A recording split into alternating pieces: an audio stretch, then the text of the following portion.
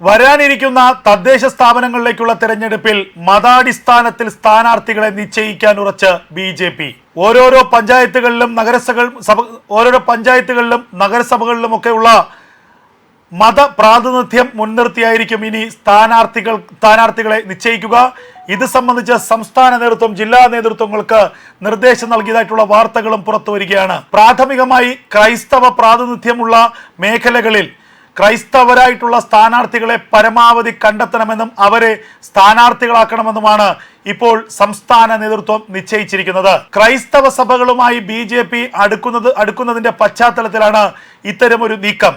BJP ഇതുമായി ബന്ധപ്പെട്ട് താഴെത്തട്ടിൽ സർവേകൾ നടത്തിയിരുന്നു. BJPയുടെ സംസ്ഥാന വൈസ് പ്രസിഡന്റ് ഷോൺ ജോർജിന്റെ നേതൃത്വത്തിലാണ് സർവേ നടത്തിയത്. ആ സർവേ ഫലങ്ങളടക്കം വിശകലനം ചെയ്തുകൊണ്ടാണ് സംസ്ഥാന നേതൃത്വം ഇപ്പോൾ ജില്ലാ നേതൃത്വങ്ങൾക്ക് നിർദ്ദേശം നൽകിയിരിക്കുന്നത്.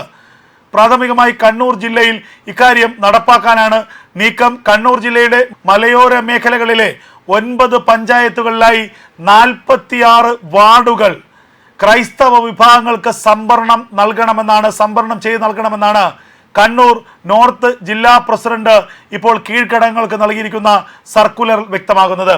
ഈ സർക്കുലർ ഇപ്പോൾ മാധ്യമങ്ങൾക്ക് ലഭിച്ചിരിക്കുന്നു. ക്രൈസ്തവ വിഭാഗങ്ങളുമായി ഏറെ അടുക്കുക, തദ്ദേശ തെരഞ്ഞെടുപ്പിൽ ക്രൈസ്തവ വിഭാഗങ്ങൾക്ക് പാർട്ടിയിൽ വലിയ പ്രാതിനിധ്യം നൽകുക, അങ്ങനെ ക്രൈസ്തവ മേഖലകളിലേക്ക് ഇടിച്ചു കയറുകയും ക്രൈസ്തവ വിഭാഗത്തിന്റെ വലിയ പിന്തുണ പാർട്ടിക്ക് ഉണ്ടാക്കിയെടുക്കുകയും ചെയ്യുക. ഇതാണ് BJP ലക്ഷ്യമിടുന്നത്. ഇത് 2026 നിയമസഭാ തെരഞ്ഞെടുപ്പിലേക്കുള്ള പാർട്ടിയുടെ മുന്നൊരുക്കമാണ്. കഴിഞ്ഞ വർഷം നടന്ന ലോക്സഭാ തെരഞ്ഞെടുപ്പിൽ ഈ നീക്കം ഫലം കണ്ടിരുന്നു എന്ന് BJP നേതൃത്വം കണക്ക് കൂട്ടുന്നു. തൃശ്ശൂരിൽ സുരേഷ് ഗോപിക്ക് ക്രൈസ്തവ വിഭാഗങ്ങളുടെ വലിയ പിന്തുണ ലഭിച്ചിട്ടുണ്ട്. അതുകൊണ്ടാണ് സുരേഷ് ഗോപിയുടെ ഭൂരിപക്ഷം ഇത്രത്തോളം വലുതായി ഉയരാൻ കാരണം. അപ്പോൾ അതേ രീതിയിൽ സമാനമായ പദ്ധതി തന്ത്രങ്ങൾ സംസ്ഥാനത്തെ ഒട്ടുമുക്കാൽ ഗ്രാമപഞ്ചായത്തുകളിലും നഗരസഭകളിലുമൊക്കെ നടപ്പാക്കാനാണ് BJPയുടെ ഇപ്പോൾ തീരുമാനം. അതുമാത്രവുമല്ല, BJPയുടെ കേന്ദ്ര നേതൃത്വവും കേന്ദ്ര സർക്കാരുമൊക്കെ ക്രൈസ്തവ സഭകളുമായി വലിയ ബന്ധം പുലർത്തുകയാണ്. ക്രൈസ്തവ സഭാ നേതൃത്വവുമായിട്ട് പ്രധാനമന്ത്രി നരേന്ദ്രമോദിക്കായാലും അമിത്ഷായ്ക്കായാലും വലിയ ബന്ധങ്ങളുണ്ട്. എന്നാൽ കേരളത്തിലെ നേതാക്കന്മാർക്ക് അത്രത്തോളം ഇഴയെടുപ്പം കേരളത്തിലെ ക്രൈസ്തവ മതവിഭാഗത്തോടും മത മേലധ്യക്ഷന്മാരോടും ഇല്ല എന്നുള്ളൊരു തിരിച്ചറിവ് നേരത്തെ കേന്ദ്ര നേതൃത്വം കണ്ടെത്തിയിരുന്നു. അത് ഒഴിവാക്കുക, എത്രയും വേഗം കേരളത്തിലെ ക്രൈസ്തവ വിഭാഗങ്ങളുമായും ക്രൈസ്തവ സഭാ നേതൃത്വവുമായും വലിയ അടുപ്പമുണ്ടാക്കുക എന്ന നിർദ്ദേശമാണ് രാജീവ് ചന്ദ്രശേഖറിന് കേന്ദ്ര BJP നേതൃത്വം നൽകിയിരിക്കുന്നത്. അതിൻ്റെ അടിസ്ഥാനത്തിലാണ് കഴിഞ്ഞ ദിവസങ്ങളിൽ ബിഷപ്പുമാരെയും അതുപോലെ തന്നെ സഭാ നേതാക്കന്മാരെയും പ്രധാനമന്ത്രിയുമായുള്ള കൂടിക്കാഴ്ചയ്ക്ക് ക്ഷണിച്ചതും നിരന്തരമായി രാജീവ് ചന്ദ്രശേഖർ സഭാ നേതൃത്വത്തെ സന്ദർശിക്കുന്നതും ഇതിൻ്റെയൊക്കെ ഭാഗമായിട്ടാണ്.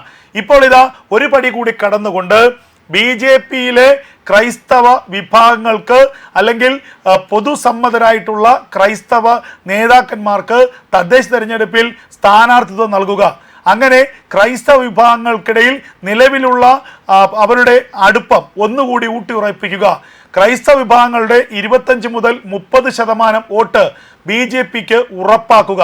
അങ്ങനെയെങ്കിൽ കേരളത്തിൽ അടുത്ത നിയമസഭാ തെരഞ്ഞെടുപ്പിൽ അത്ഭുതങ്ങൾ കാട്ടാനാകുമെന്നാണ് BJPയുടെ കണക്കുകൂട്ടൽ. ക്രൈസ്തവ വിഭാഗങ്ങൾ മാത്രമല്ല, മുസ്ലിം മതവിഭാഗങ്ങൾക്കിടയിലും വലിയ വേരോട്ടം ഉണ്ടാക്കാൻ ശ്രമിക്കുകയാണ് കേരളത്തിലെ BJP.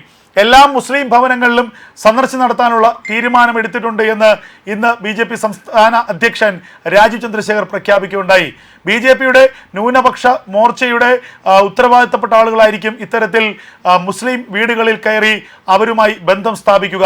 ഇത് കേവലം വോട്ടിന് വേണ്ടി മാത്രമല്ല, ഇത് പാർട്ടിയെക്കുറിച്ചുള്ള തെറ്റിദ്ധാരണ പൂർണ്ണമായും അകറ്റുക, എല്ലാ വിഭാഗം ജനങ്ങൾക്കും ഉൾക്കൊള്ളാൻ കഴിയുന്ന ഒരു പാർട്ടിയാണ് BJP എന്ന് മുസ്ലിം മതവിഭാഗങ്ങൾക്കിടയിൽ കൃത്യമായ പ്രചരണം നടത്തുക, അങ്ങനെ ക്രമേണ മുസ്ലിം മതവിഭാഗങ്ങളെ കൂടി BJPയിലേക്ക് അടുപ്പിക്കുക. ഇപ്പോൾ കേരളത്തിന് പുറത്തുള്ള ഉത്തർപ്രദേശ് അടക്കമുള്ള സംസ്ഥാനങ്ങളിൽ മുസ്ലിം മതവിഭാഗങ്ങൾ BJPക്ക് വോട്ട് ചെയ്യുന്നുണ്ട്.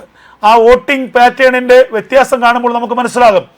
ബഹുഭൂരിപക്ഷം സംസ്ഥാനങ്ങളിലും മുസ്ലിം മതവിഭാഗത്തിന്റെ വോട്ട് BJPക്ക് ലഭിക്കുന്നുണ്ട് എന്നുള്ളത് യാഥാർത്ഥ്യമാണ്. BJPയുടെ വിജയത്തിന്റെ ഒരു പ്രധാന ഘടകവും അതാണ്.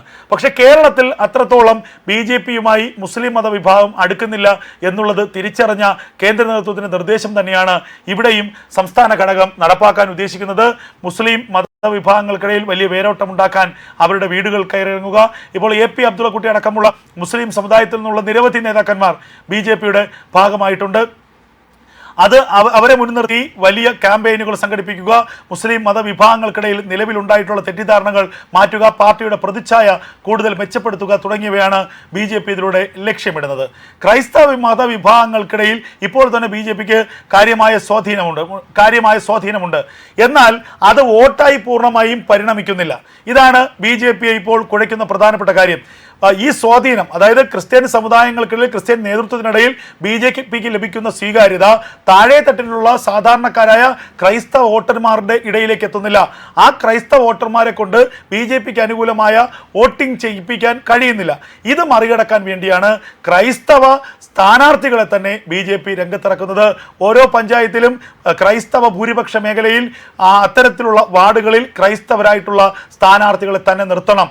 ഇതൊരു ഉത്തരവായിട്ടാണ് സംസ്ഥാന നേതൃത്വം താഴെത്തട്ടിൽ ഇപ്പോൾ ഇറക്കിയിരിക്കുന്നത്. എന്തായാലും അത് എത്രമാത്രം വിജയിക്കും എന്നുള്ളത് കാത്തിരുന്ന് തന്നെ കാണേണ്ട കാര്യമാണ്. അത് അവരെ മുൻനിർത്തി വലിയ ക്യാമ്പയിനുകൾ സംഘടിപ്പിക്കുക, മുസ്ലിം മതവിഭാഗങ്ങൾക്കിടയിൽ നിലവിലുണ്ടായിട്ടുള്ള തെറ്റിദ്ധാരണകൾ മാറ്റുക, പാർട്ടിയുടെ പ്രതിച്ഛായ കൂടുതൽ മെച്ചപ്പെടുത്തുക തുടങ്ങിയവയാണ് BJP ഇതിലൂടെ ലക്ഷ്യമിടുന്നത്. ക്രൈസ്തവ മതവിഭാഗങ്ങൾക്കിടയിൽ ഇപ്പോൾ തന്നെ BJPക്ക് കാര്യമായ സ്വാധീനമുണ്ട്. എന്നാൽ അത് വോട്ടായി പൂർണ്ണമായും പരിണമിക്കുന്നില്ല. ഇതാണ് BJPയെ ഇപ്പോൾ കുഴയ്ക്കുന്ന പ്രധാനപ്പെട്ട കാര്യം.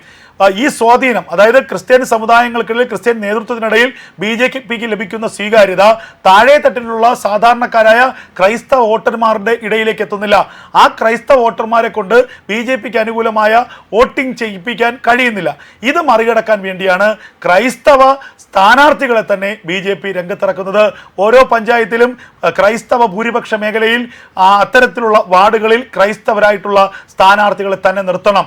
ഇതൊരു ഉത്തരവായിട്ടാണ് സംസ്ഥാന നേതൃത്വം താഴെത്തട്ടിൽ ഇപ്പോൾ ഇറക്കിയിരിക്കുന്നത്. എന്തായാലും അത് എത്രമാത്രം വിജയിക്കും എന്നുള്ളത് കാത്തിരുന്ന് തന്നെ കാണേണ്ട കാര്യമാണ്. ക്രൈസ്തവ വിഭാഗങ്ങളെ മാത്രമല്ല, മുസ്ലിം മതവിഭാഗങ്ങൾക്കിടയിലും വലിയ വേരോട്ടമുണ്ടാക്കാൻ ശ്രമിക്കുകയാണ് കേരളത്തിലെ BJP. എല്ലാ മുസ്ലിം ഭവനങ്ങളിലും സന്ദർശനം നടത്താനുള്ള തീരുമാനമെടുത്തിട്ടുണ്ട് എന്ന് ഇന്ന് BJP സംസ്ഥാന അധ്യക്ഷൻ രാജീവ് ചന്ദ്രശേഖർ പ്രഖ്യാപിക്കുകയുണ്ടായി. BJPയുടെ ന്യൂനപക്ഷ മോർച്ചയുടെ ഉത്തരവാദിത്തപ്പെട്ട ആളുകളായിരിക്കും ഇത്തരത്തിൽ മുസ്ലിം വീടുകളിൽ കയറി അവരുമായി ബന്ധം സ്ഥാപിക്കുക. ഇത് കേവലം വോട്ടിന് വേണ്ടി മാത്രമല്ല, ഇത് പാർട്ടിയെക്കുറിച്ചുള്ള തെറ്റിദ്ധാരണ പൂർണ്ണമായും അകറ്റുക, എല്ലാ വിഭാഗം ജനങ്ങൾക്കും ഉൾക്കൊള്ളാൻ കഴിയുന്ന ഒരു പാർട്ടിയാണ് BJP എന്ന് മുസ്ലിം മതവിഭാഗങ്ങൾക്കിടയിൽ കൃത്യമായ പ്രചരണം നടത്തുക. അങ്ങനെ ക്രമേണ മുസ്ലിം മതവിഭാഗങ്ങളെ കൂടി BJPയിലേക്ക് അടുപ്പിക്കുക. ഇപ്പോൾ കേരളത്തിന് പുറത്തുള്ള ഉത്തർപ്രദേശ് അടക്കമുള്ള സംസ്ഥാനങ്ങളിൽ